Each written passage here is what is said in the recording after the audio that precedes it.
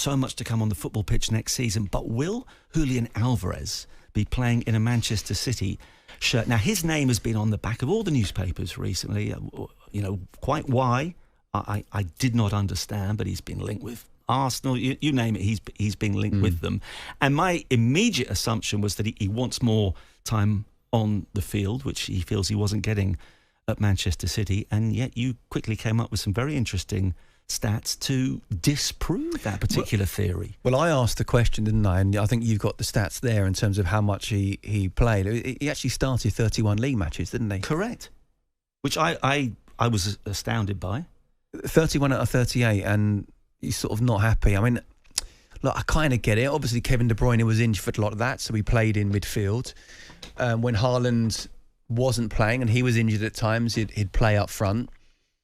I think that's enough minutes to be involved in a club that's going to be there or thereabouts, winning trophies, not just domestically, but around Europe as well. Yeah. Because it's that question of like, if you're not going to play, what's the point of winning trophies if you're not involved in it? But at the same time, you want to be playing football. But ultimately, you also do want to be winning trophies and sit at the end of your career saying, I've got this amount of medals.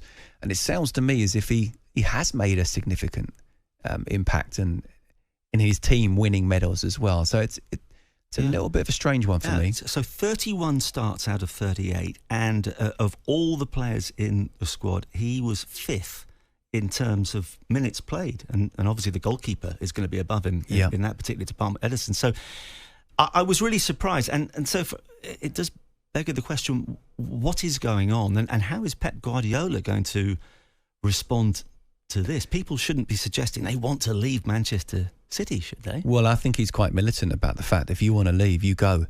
It's quite simple. He is one of those managers, he doesn't mess around. As I say, I think what he's done, even before he came to this country, watching Premier League teams, but also Championship and League One teams trying to play the Pep Guardiola, the Barcelona way, and obviously now the Manchester City way, when they're just not good enough.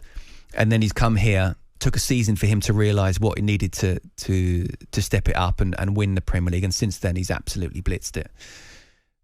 But he won't have any players that don't want to be at Manchester City, so it's really interesting to know where he will go if he does leave, because Pep has been quite happy to give Mikel Arteta, his former assistant, some players. I think if he gives Julian Alvarez... He can't, can he? Surely he can't. Surely he can't. Because we know that Arsenal are just one piece away from having that perfect jigsaw. And Alvarez could be that man, especially considering how adaptable he is, how versatile he is, how he can play as a 9, he can play as a 10, he can play as a false 9, he can play out wide. He can do a little bit of everything going forward. He's a World Cup winner. So it's a bit of a strange one for me. Again, you sit him down and say, what's happening? Why don't you get enough minutes?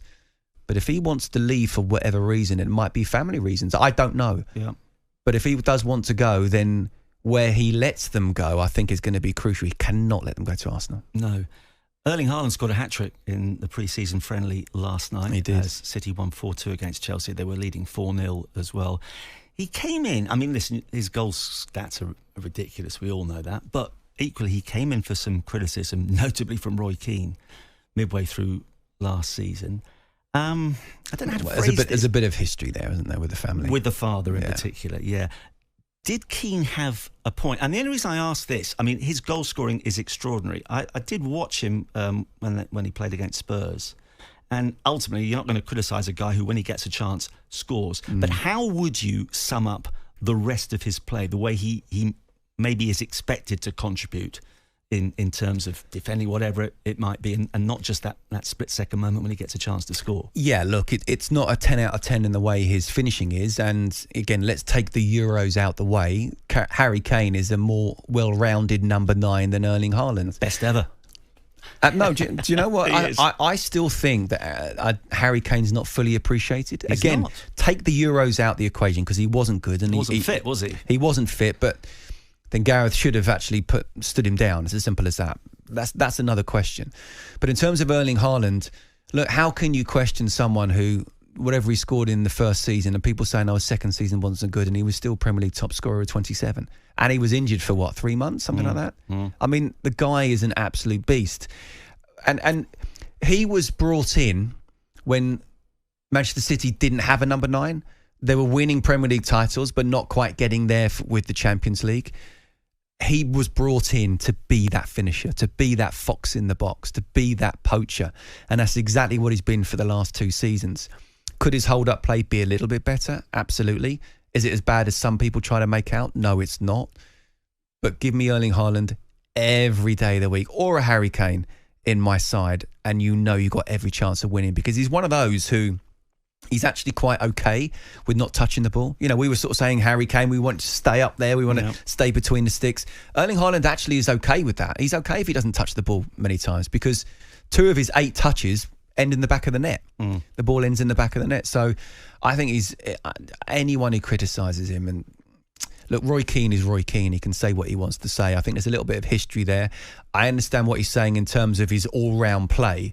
It's not quite as good as it could be, or it doesn't match up to his finishing ability, but give me your finishing ability first and the rest to come after, because you've got 10 other players, including the goalkeeper, who play like centre midfielders. Yeah, you think Roy was holding a bit of a grudge then on that Slightly. Particular afternoon? I think he went a little bit over the top, and he would never admit it. You know, if he had his time again, he might use different words, but, you know, he's not wrong in what he says. It's not as good as it could be.